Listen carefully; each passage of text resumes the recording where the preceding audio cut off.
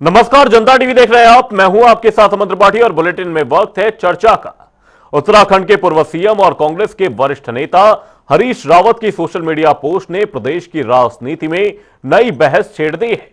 बता दें, पूर्व सीएम ने सोशल मीडिया प्लेटफॉर्म फेसबुक पर पोस्ट कर ब्राह्मण समाज की उदारता का जिक्र करते हुए कहा कि कांग्रेस संगठन में ब्राह्मण चेहरों को अधिक जिम्मेदारी दी जानी चाहिए और इसकी शुरुआत उत्तराखंड से हो। अब इस टिप्पणी के बाद न केवल सत्ताधारी बीजेपी बल्कि कांग्रेस के अंदर भी उनके विरोधी सामने आ गए हैं। वहीं इस बयान ने सियासी तूफान खड़ा कर दिया है, जिसके बाद प्रदेश की राजनीति में ब्राह्मण बनाम अन्य वर्गों की बहस छिड़ गई है। अब इस मुद्दे को लेकर कई सवाल उठ रहे हैं कि क्या यह टिप्पणी समाज में विभाजन बढ़ा सकती है या फिर क्या उत्तराखंड की राजनीति में जातिगत संवेदनशीलता बढ़ रही है। देखिए, हरीश रावत जी के बयान की अब कोई प्रासंगिकता नहीं रह गई है। कोई उनकी सुन नहीं रहा है। कभी वो ब्राह्मणों की बात करते हैं, कभी वो दलित को मुख्यमंत्री बनाने की बात करते हैं, कभी वो राजपूत को आगे करने की बात करते हैं, कभी वो ट्राइबल नेताओं को आगे करने की बात करते हैं। अब बात आप करें तो ढंग की बात करें ना। वो खुद ही बता दें अपने कार्यकाल में कितने ब्राह्मणों को पल्लवित पोषित करने का काम किया। आप तिवारी जी का कार्यकाल देख लो, उसके बाद भगवान जी का कार्यकाल देख लो, उसके बाद किशोर उपाध्याय जी का कार्यकाल देख लो, यशपाल आर्य जी का कार्यकाल देख लो। तो हरीश रावत जी अपनी बात में अडिग स्थिर कहाँ रहते हैं। जो बात वो कहते हैं उस बात में अडिग रहना चाहिए ना। 2002 में जितने ब्राह्मण नेताओं को टिकट दिए थे, आज आते आते उन्होंने अपने कार्यकाल में 2017 और 2022 में किस विधानसभा क्षेत्र से किस ब्राह्मण नेता को प्रतिनिधित्व दिया। तो इन चीज़ों को ध्यान रखें ना। हमारे तो बड़े भाई हैं, वो बुजुर्ग हैं, हमने बहुत लंबे समय तक उनके साथ काम किया, बहुत कुछ उनसे सीखा भी है हम लोगों ने। लेकिन उनके हाथी के दांत खाने के कुछ और हैं, दिखाने के कुछ और हैं। और हरीश रावत जी कहते कुछ है, उनका तो ये है कि कहीं पर निशाना कहीं पर निगाह है। किसको कहाँ मारना है, किस तरीके से मारना है। अब कुछ ब्राह्मण नेता शायद कांग्रेस में उभर रहे हों तो उनकी हत्या करनी होगी, इसलिए इस तरीके का बयान दे रहे। यहाँ पर आकर के एआईसीसी के 27 ऑब्जर्वर जो इतने सीनियर लोग थे, मणिकम टैगोर जो है 3rd term member of parliament है, जो देहरादून में महानगर में यहाँ पर राय करने आए थे लोगों से, तो उन्होंने सबसे राय करी, किसी को छोड़ा नहीं। छोटे से छोटे कार्यकर्ता से लेकर के बड़े से बड़े कार्यकर्ता की सबकी राय ली। इसी प्रकार से पछुआधून, परवाधून, इसी प्रकार से टिहरी से लेकर के पौड़ी से लेकर के चमोली, रुद्रप्रयाग, उत्तरकाशी, हमारे पूरे कुमाऊं के जनपद, हमारे हरिद्वार, हमारा उधम सिंह नगर, कोई छोड़ा ही नहीं। तो संगठन सृजन में मैं समझता हूँ कि ये कहीं से बात नहीं आ रही है कि ठाकुर हो, ब्राह्मण हो, दलित हो, अनुसूचित जाति का हो, पिछड़े वर्ग का हो, पंजाबी हो, सिख हो, ये सारे जो बातें आनी थी वो पार्टी के प्लेटफॉर्म में मैं समझता हूं आ चुकी है। हरदा की पोस्ट ने सियासत में भूचाल ला दिया है। कांग्रेस में अंदरूनी विरोध और घमासान मचा हुआ है। वहीं बीजेपी लगातार कांग्रेस को इस पूरे मुद्दे पर घेरती हुई नजर आ रही है। तो आपको बता दें, बीजेपी ने हरीश रावत पर निशाना साधा और इस दौरान आपको बता दें, हरीश रावत को खुद उनकी पार्टी से भी बगावती तेवर इस दौरान देखने को मिल रहे हैं। ब्राह्मण समाज को लेकर जो बयान दिया और सोशल मीडिया पर जो पोस्ट किया, उसके बाद से सियासी बहस शुरू हो गई है और साथ ही इस दौरान कई सवाल उठ रहे हैं कि क्या उत्तराखंड की राजनीति में जातिगत संवेदनशीलता बढ़ रही है।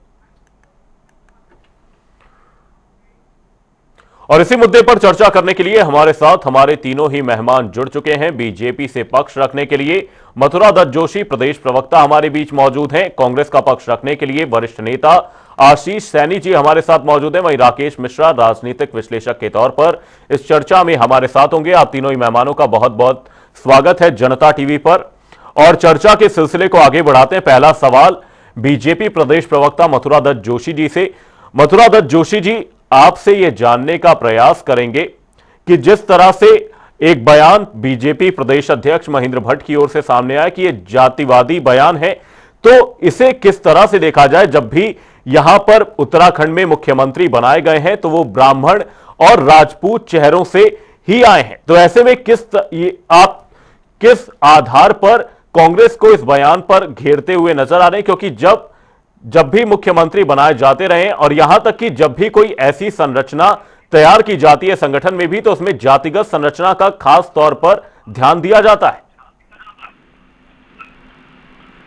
देखिए, मेरा तो आपने बयान अभी सुनाया था और मैंने अपनी बात बिल्कुल स्पष्ट रूप से कही है हरीश रावत जी के बारे में। हमने भी बहुत लंबे समय तक उनके साथ काम किया है और हमारे बुजुर्ग नेता हैं। इस प्रदेश के वरिष्ठतम राजनेताओं में उनकी गिनती होती है। लेकिन जिस तरीके का वो बयान देते हैं वो अपनी गरिमा को भी गिराने का काम कर रहे हैं। क्योंकि जो जिस पार्टी के वो नेता है कांग्रेस पार्टी के, वही उसी पार्टी का नेता होता था कि जात पर न पात पर मोहर लगेगी हाथ पर। और जो पार्टी सर्वधर्म समभाव की बात करती है, धर्म निरपेक्षता की बात करती है, अगर वो पार्टी जातिगत आधार पर राजनीति करती है तो मैं समझता हूँ इससे बड़ा दुर्भाग्य इस प्रदेश का कुछ नहीं हो सकता। एक बात।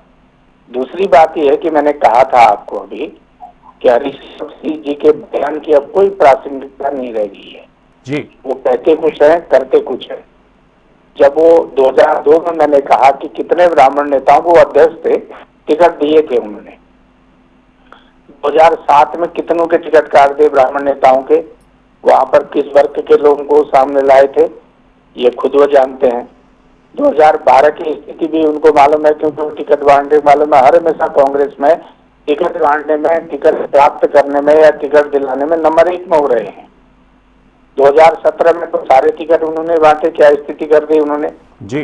2022 में भी यही स्थिति थी। अगर जिलाध्यक्ष नहीं बने, ब्राह्मण नहीं बने, तो किसका दोष था? क्यों नहीं बनाए? किसने रोका उनको? सवाल तो ये है ना। खुद वो अध्यक्ष थे, वो बताए ना कितने ब्राह्मण नेताओं को अध्यक्ष बनाया था उस समय, कितने ब्राह्मण नेताओं को टिकट दिए थे, कितने ब्राह्मण नेताओं को मंत्री बनाया था। 2016 का झगड़ा क्यों हुआ था, किस लिए हुआ था, पार्टी छोड़ के लोग क्यों गए, आज भी लोग पार्टी छोड़ के जा रहे हैं, किस लिए जा रहे हैं, इसमें भी चिंतन हरीश रावत जी ने कभी किया कि नहीं किया? जी। वो बयान देके कुछ नहीं, मीडिया में बने रहना चाहते हैं, चर्चा में बने रहना चाहते हैं, इसलिए इस तरीके के सबूगे वो छोड़ते रहते हैं। मैंने कहा ना, उनका तो यह कहीं पर निगाहें कहीं पर निशाना, ये उनका एक हिसाब किताब है। वो तो अब किसी को देख रहे होंगे, कोई कांग्रेस में थोड़ा सा हिसाब किताब ठीक हो रहा होगा तो कभी तो आप देखा आपने, अभी 2 साल पहले का बयान था कि मेरी जीवन की अंतिम इच्छा है कि मैं इस प्रदेश में दलित मुख्यमंत्री देखना चाहता हूँ, कहा था उन्होंने जी। कहाँ गया वो दलित प्रेम, कहाँ गया? कहाँ वो दलित को बनाने की बात कर रहे हैं, किसको बनाने की बात कर रहे हैं? 2016 में इतना बड़ा झगड़ा हुआ कि पार्टी टूट गई, आज तक उनकी पार्टी संभल नहीं पाई। हम जैसे लोगों को मजबूर होकर पार्टी छोड़ना पड़ा। जो हम लोग पार्टी में इतने लंबे समय से काम कर रहे थे, हमने भी तो जब से हरीश रावत जी ने राजनीति शुरू की होगी तब से हम भी पार्टी में सक्रिय हैं, चाहे हम छोटे ही रूप में थे। उनको सौभाग्य मिला, वो 80 में MP हो गए, हमको मौका नहीं मिला, हम आज तक तड़प रहे हैं, हम आज तक भटक रहे हैं। तो ये तो हरीश रावत जी की कृपा है। बहुत से लोगों के जिसके कंधे पर हाथ रखा उसको दबाते चले गए हरीश रावत जी। और मैं समझता हूँ इस बयान का कोई महत्व तो नहीं है जी। और राजनीति में ऐसे बयानों का कोई महत्व होना भी नहीं चाहिए। बिल्कुल ठीक है, मीडिया उनको गंभीरता से लेता है उनकी वरिष्ठता को देखते हुए, लेकिन गंभीरता से लेने लायक बयान उनका नहीं है ये। बिल्कुल। और हमारे साथ कांग्रेस का पक्ष रखने के लिए वरिष्ठ नेता आशीष सैनी जी मौजूद हैं। आशीष सैनी जी, इससे पहले सवाल लूं आपको, आप ही के पार्टी के एक जो नेता है उनका बयान याद दिलाना चाहूंगा। सूर्यकांत धस्माना जी वरिष्ठ नेता हैं, उनकी ओर से यह बयान किया गया कि कांग्रेस कभी भी जातिवाद की बात नहीं करती। और साथ ही वो ये भी याद दिलाते हुए नजर आए कि प्रदेश के जो 2 ब्राह्मण मुख्यमंत्री रहे हैं, और उनकी मैं बात करूं नारायण दत्त तिवारी और विजय बहुगुणा, ये कहते हुए वो नजर आए कि इनके खिलाफ बगावती सुर जो नजर आए थे वो हरीश रावत के ही नजर आए थे। तो यहां पर जब कांग्रेस पार्टी ही उनके बयानों से असहज है तो पार्टी का पूरी तरीके से स्टैंड क्या है, मैं आपसे यही समझना चाहूंगा। एक तो मैं चाहूंगा सर स्क्रीन ऐड कर लीजिए, मैं इधर से रिक्वेस्ट भेज रहा हूँ आपके यहाँ पे, तो मेरा वीडियो ऐड कर लीजिए एक बार। बिल्कुल। हाँ आशीष जी, तब तक अपनी बात रखिए, आपका वीडियो हाँ, स्क्रीन पर ऐड किया जा रहा है, तब तक अपनी आप बात रखिए। जी देखिए, जो हमारी पार्टी का एक बिल्कुल स्पष्ट मत है, उस स्पष्ट मत में क्या है कि कांग्रेस पार्टी कभी जाति, भाषा, धर्म, क्षेत्र के भेदभाव के आधार पर ना तो कोई नीति बनाती है, ना कोई रणनीति बनाती है। 2027 को लेकर जो हमारे पूर्व मुख्यमंत्री के द्वारा टिप्पणी की गई है, ये उसकी व्यक्तिगत टिप्पणी हो सकती है, लेकिन पार्टी कभी भी इस राय पर रहकर कि वो कौन सी जाति का व्यक्ति है, किस धर्म का व्यक्ति है, इस आधार पर कोई भी अपनी राय कभी भी तय नहीं करेगी और ना ही करती रही है। ये दोनों चीजें बिल्कुल स्पष्ट है। धर्माना जी ने जो बात कही है, और क्योंकि जोशी जी भी हमारे मार्गदर्शक रहे हैं, तो इन्होंने भी यही बात की कि जाति के आधार पर राजनीति में कोई भी ना तो पद तय किया जाता, ना उसकी भूमिका तय की जाती है। तो ये सब चीजें निश्चित रूप से आप मान लीजिए, भारत की राजनीति, भारत के संविधान और राजनीतिक सोच के ठीक विपरीत है, और हम इसको कभी भी स्वीकार नहीं करेंगे। आप इसे स्पष्ट रूप से हम अपनी बात ये कहना चाहते हैं कि ये स्वीकार्य नहीं है और होनी भी नहीं चाहिए। जी, और हमारे साथ राजनीतिक विश्लेषक के तौर पर राकेश मिश्रा जी हमारे साथ जुड़े हुए हैं। राकेश जी, जिस तरह का बयान हरीश रावत की ओर से दिया गया, तो इसे किस तरह से देखा जाए, चाहे वो राष्ट्रीय संदर्भ की अगर हम बात करें, उत्तराखंड की राजनीति की बात करें, और जिस तरह से जातिगत जनगणना 2027 में होनी है, क्या इस बयान को इस तरह से देखा जाए कि अब जो राजनीति है वो राजनीतिक ध्रुवीकरण इस आधार पर होगा कि जातिगत आधार उसमें एक बहुत बड़ा पैमाना रहने वाला है? देखिए अमन जी, ये एक बहुत बड़े सियासत के जो पुरोधा है, ये उनका बयान है, इसे बहुत हल्के में नहीं लेना चाहिए जी। ये ऐसे दिया गया बयान नहीं है कि उन्होंने कौतूहल बस दे दिया है। कांग्रेस की पुरानी जो वोट बैंक रहा है, जो पुराना रहा है, उसमें ब्राह्मणों का एक वर्चस्व रहा है। ब्राह्मण, हरिजन और अल्पसंख्यक, ये तीन जातियां कांग्रेस के लिए राजनीति करती थी, और जब से ये बिछुड़ी हैं आपस में, तब से कांग्रेस का जनाधार गिरा है। तो अगर हरीश रावत जी ने ऐसा कोई बयान दिया है कि ब्राह्मणों को बढ़ाना चाहिए या ब्राह्मणों को आगे लाना चाहिए, तो कुछ सोच समझ के ही दिया होगा। आज भले ही कांग्रेस इससे पल्ला झाड़े या भाजपा वाले उनको आलोचना लगे कि हमारा वोट बैंक खिसकाने की बात कर रहे हैं, तो ये मुझे नहीं लगता कि ये एक सोचा समझा बयान नहीं है, ऐसे मुंह से निकला हुआ बयान। इसके पीछे कुछ ना कुछ कारण है, और कुछ चाहते हैं कि कुछ ऐसे सवर्ण प्रवृत्ति के या ब्राह्मण प्रवृत्ति के लोग उनके साथ जुड़े, और उनके लिए एक राजनीतिक पृष्ठभूमि, चूंकि उत्तराखंड में दो जातियों का अच्छा वर्चस्व है, ब्राह्मण का और एक क्षत्रियों का। मूल रूप से यही दो जातियां हैं, बाकी तो हैं, लेकिन अगर दो ही जातियों के बीच में देखा जाए तो भाजपा भी तो एक ब्राह्मण अध्यक्ष देती है, तो क्षत्रिय मुख्यमंत्री देती है। बिल्कुल, हमारे साथ मथुरा दत्त जोशी जी भी लगातार बने हुए हैं। मथुरा दत्त जोशी जी, आपका रुख करते हुए सवाल यह करना चाहूंगा कि अगर उत्तराखंड की जातिगत संरचना की हम बात करें तो 30% जो वोट बैंक है वो राजपूतों से आता है, 25 से 30% ब्राह्मण है, तो ऐसे में लगभग 60% का वोट बैंक बनता है। और जिस तरह से पिछले 22 सालों की अगर हम बात करें तो कांग्रेस और बीजेपी दोनों ने ही राजपूत या तो ब्राह्मण चेहरों को मुख्यमंत्री बनाया है। तो आपसे मेरा सवाल यही रहेगा कि आपकी आपत्ति यहां पर हरीश रावत के बयान को लेकर है कि उनके बयानों में जो विरोधाभास देखने को मिलता है उससे? नहीं, मेरी आपत्ति को कंफर्म करने का काम कांग्रेस के प्रवक्ता महोदय ने किया है, जो बात मैं कह रहा था। एक बात। दूसरी बात यह है कि पंडित राकेश मिश्रा जी ने, वरिष्ठतम पत्रकार हैं, बहुत सही बात कही है, इसमें कोई दो राय नहीं है। कांग्रेस के इतिहास पर अगर दृष्टिगोचर करेंगे, अगर आप दृष्टिपात करते हो, तो निश्चित रूप से ब्राह्मणों का बड़ा महत्वपूर्ण योगदान रहा, चाहे स्वतंत्रता के आंदोलन की बात हो, चाहे स्वतंत्रता के आंदोलन के बाद शासन तंत्र में, इसमें कोई दो राय नहीं, चाहे प्रशासनिक सेवाएं हों, चाहे राजनीतिक क्षेत्र में हो, उसमें ब्राह्मणों का बड़ा महत्वपूर्ण योगदान रहा। मेरी आपत्ति नहीं है, मैंने कहा कि मैं हरीश रावत जी की बात पर कोई आपत्ति नहीं कर रहा हूं, लेकिन हरीश रावत जी को याद दिला रहा हूं मैं कुछ बातों को कि उन्होंने अपने कार्यकाल में कितने ब्राह्मण नेताओं को, कैसे ब्राह्मण नेताओं को आगे करने का काम किया, मैं ये बात कह रहा हूं। 2002 में कांग्रेस पार्टी ने कितने नेताओं को टिकट दिए थे ब्राह्मणों में? मैं 96 की ही बात करता हूं। मैं बहुत ज्यादा शायद मैं राकेश मिश्रा जी से निवेदन करूंगा कि कुछ चीजों का विश्लेषण जरूर कर लें कि हरीश रावत जी कहते क्या है और करते क्या है। हरीश रावत जी ने तो हर हमेशा ब्राह्मणों को हिट करने का काम किया है। मैं अब ये बातें खुल के नहीं करना चाह रहा था ये टीवी चैनल में, अच्छी बात नहीं, क्योंकि हम उनका बड़ा सम्मान करते हैं। जब तिवारी जी मुख्यमंत्री थे, आप देख लीजिए 2002 से 2007 तक कितना उनको परेशान करने का काम किया।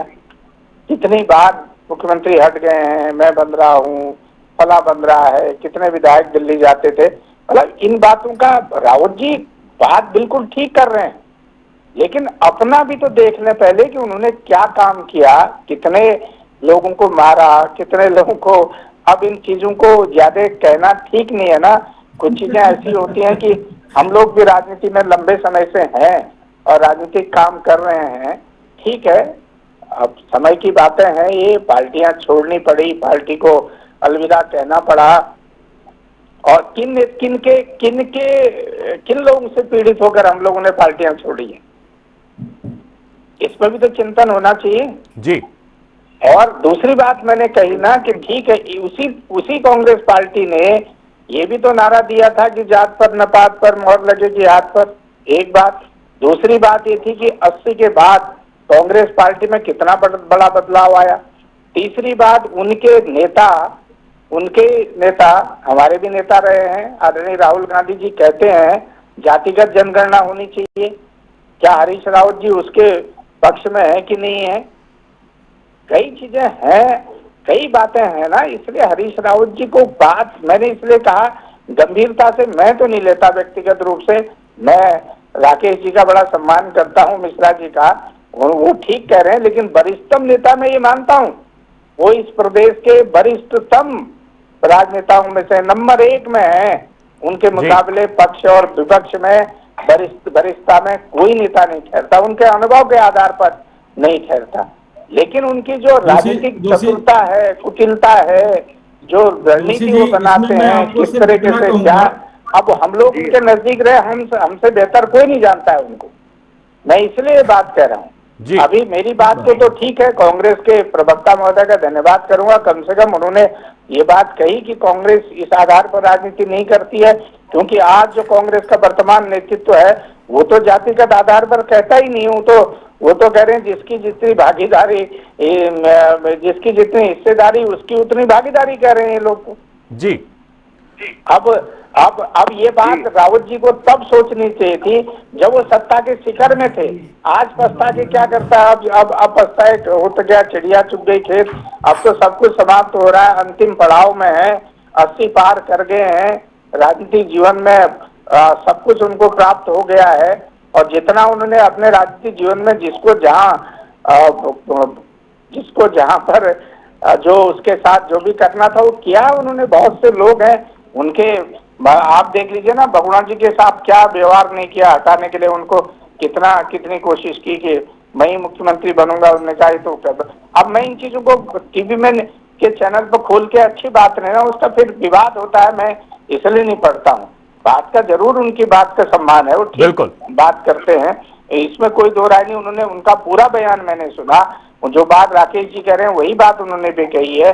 स्वतंत्रता के इतिहास में चाहे पंडित उत्तराखंड की बात हम करें तो पंडित नारायण दत्त तिवारी से लेकर मैं तो जिलेवार गिनवा सकता हूं कि कितने ब्राह्मण नेता थे। बिल्कुल मथुरा दत्त जी, कौन विधायक समय हमारे पास कम है। आशीष सैनी जी से एक सवाल करना चाहूंगा। आशीष सैनी जी, मेरा सवाल यही है कि 2022 में जब पंजाब में मुख्यमंत्री बने थे चरणजीत सिंह चन्नी, तो एक बयान सामने आया था हरीश रावत का कि वो अपने जीवन काल में एक शिल्पकार मुख्यमंत्री यानी एक दलित चेहरा मुख्यमंत्री के तौर पर देखना चाहते हैं। तो क्या उस समय उनका यह बयान जो बीएसपी के 12% वोट शेयर हैं वो कांग्रेस के अपने पाले में करने का प्रयास था? तो क्या यह राजनीतिक विरोधाभास नहीं है? क्या ये इस बयान को किस तरह से कांग्रेस नेग्लेक्ट करेगी? क्योंकि एक तरफ वो ब्राह्मणों की बात करते हैं, दूसरी तरफ 2022 में वो दलितों के पुरोधा बनकर सामने आ रहे थे। किस तरह से देखते हैं आप उनके बयान को? देखिए, बिल्कुल दो चीजें मैं स्पष्ट करना चाहूंगा। अभी मधुसूदन जोशी जी ने रखी। पहली बात, जो हरीश रावत जी ने उस समय शिल्पकार मुख्यमंत्री की बात की, अभी वो ठाकुर और ब्राह्मण मुख्यमंत्री की बात कर रहे हैं और या कुछ भी कर रहे हैं। कांग्रेस पार्टी की आइडियोलॉजी में बिल्कुल जाति वाला, क्षेत्र वाला या धर्म के आधार पर या किसी भी आधार पर एक विभेद करते हुए या निर्णय लेने का कोई प्रचलन नहीं है। हम लोग पूरे देश को ये सिखा रहे हैं कि जाति, धर्म, भाषा, क्षेत्र के आधार पर कोई बात ना करें। और निश्चित रूप से ये मधुसूदन जोशी की जो दूसरी बात कही कि जातिगत जनगणना की मांग, जातिगत जनगणना की मांग और उसका आर्थिक सर्वे देश में सामाजिक समरसता और आर्थिक समानता लाने के लिए, ये जातिवाद नहीं है। जातिवाद तो भारतीय जनता पार्टी में है और मैं उसके तमाम उदाहरण दे सकता हूँ, लेकिन उस ओर नहीं जाऊंगा। लेकिन मैं ये बात कहूंगा कि कांग्रेस पार्टी का ऑफिशियली ये कल्चर ही नहीं है कि वो जाति के आधार पर कोई बात या विमर्श या कोई चर्चा भी करे। और मैं निश्चित रूप से कहूंगा कि कांग्रेस के अगर कार्यकर्ता से लेकर किसी राष्ट्रीय नेता की बात की जाएगी तो प्रत्येक व्यक्ति हरीश रावत जी के इस संदर्भ का निश्चित रूप से स्वीकार नहीं करेगा कि इस पर कोई बात हो। और उत्तराखंड में पहाड़ के अंदर भी एसटी भी है, एसटी भी है और जो बहुसंख्यक है वो ठाकुर और ब्राह्मण मतदाता है। लेकिन मैदान में आएंगे तो पिछड़े मतदाताओं की संख्या बहुत अधिक है जो उधमसिंह नगर और हरिद्वार में है। तो इसलिए उत्तराखंड तो एक सभी तरह के जातियों के सभी तरह का समूह का गुलदस्ता है और यहाँ पर ये बात करना निश्चित रूप से मैं ये मानता हूँ कि कांग्रेस को जो कमजोर करने का काम करेगी। इसीलिए हरीश रावत जी की इस बात को हम एक संज्ञान के रूप में नहीं ले रहे हैं, ना ही उसे कोई वक्तव्य के रूप में ले रहे हैं। वो उनके विचार है जिसको कांग्रेस पार्टी तो कम से कम स्वीकार नहीं करेगी। एक छोटा सा सवाल राकेश मिश्रा जी से। राकेश मिश्रा जी, उत्तराखंड की बात करें, देवभूमि कहा जाता है और यहां की जो सबसे बड़ी लड़ाई थी वो जल, जंगल, जमीन के मुद्दे पर हुई थी, जिसके आधार पर उत्तराखंड का निर्माण किया गया। लेकिन जो 22 सालों की राजनीति रही है उसमें मुख्यमंत्री जो बने हैं वो राजपूत और ब्राह्मण चेहरे ही बने हैं। तो ऐसे में आप ये नहीं मानते कि अन्य राज्यों की तुलना में उत्तराखंड में जो जातिगत गतिशीलता है वो कहीं ना कहीं ज्यादा है? अब आप मुझे बताइए, आपने ही मेरे प्रश्न का जवाब दे दिया कि अभी हमारे दोनों प्रवक्ता ये कह रहे थे कि हम जातिगत राजनीति नहीं कर रहे जी, और दोनों की मजबूरियां हैं। यहाँ तो कुमाऊं और गढ़वाल भी है, जाति ही थोड़ो है। कुमाऊं और गढ़वाल, अगर प्रदेश अध्यक्ष गढ़वाल से है तो कुमाऊं से मुख्यमंत्री होगा, अगर वो ब्राह्मण है तो वो क्षत्रिय होगा। तो ठीक है, वो कोई एक्सेप्ट करे ना करे, अंदर चीजें चल रही हैं। हाँ, कांग्रेस ने जरूर एक बड़ा दिल दिखाते हुए अपने आर्या जी को विपक्ष का कर सकता हूं कि आगे भविष्य में कुछ ठीक रहेगा। लेकिन जहां तक आप हरीश रावत जी का देखिए, तो मैं अपने जोशी जी से सिर्फ इतना बताऊंगा कि मायावती जी का एक शासनकाल था। जोशी जी उस समय कहते थे तिलक, तराजू और तलवार इनका मारो जूता चार, और जब सत्ता में आने का समय आया तो उसी पार्टी ने कहा यह हाथी नहीं गणेश है, ब्रह्मा विष्णु महेश है जी। तो राजनीतिक गति है सर। आज उनको उस जमाने में जब वो सत्ता में थे तो उनको ब्राह्मण बुरा लगता था, आज ब्राह्मण बड़ा प्रिय लगता है। बिल्कुल राकेश मिश्रा जी, समय हमें इतनी गवाही दे रहा है ब्राह्मण समाज को लेकर। जो बयान सामने आया उसमें कांग्रेस पार्टी के साथ साथ बीजेपी में भी साफ तौर पर बीजेपी ने इस मुद्दे को लेकर अपना जो टेक था वो रखा जनता के बीच। हरदा की पोस्ट ने राजनीतिक भूचाल जरूर ला दिया है। बहुत बहुत धन्यवाद आप तीनों ही मेहमानों का हमारे साथ इस चर्चा का पार्ट बनने के लिए। क्या उत्तराखंड की राजनीति में जातिगत संवेदनशीलता बढ़ रही है? तो ये तो एक बड़ा सवाल इस दौरान बना हुआ है, लेकिन फिलहाल इस चर्चा में सिर्फ इतना ही। बने रहिए हमारे साथ, देखते रहिए जनता।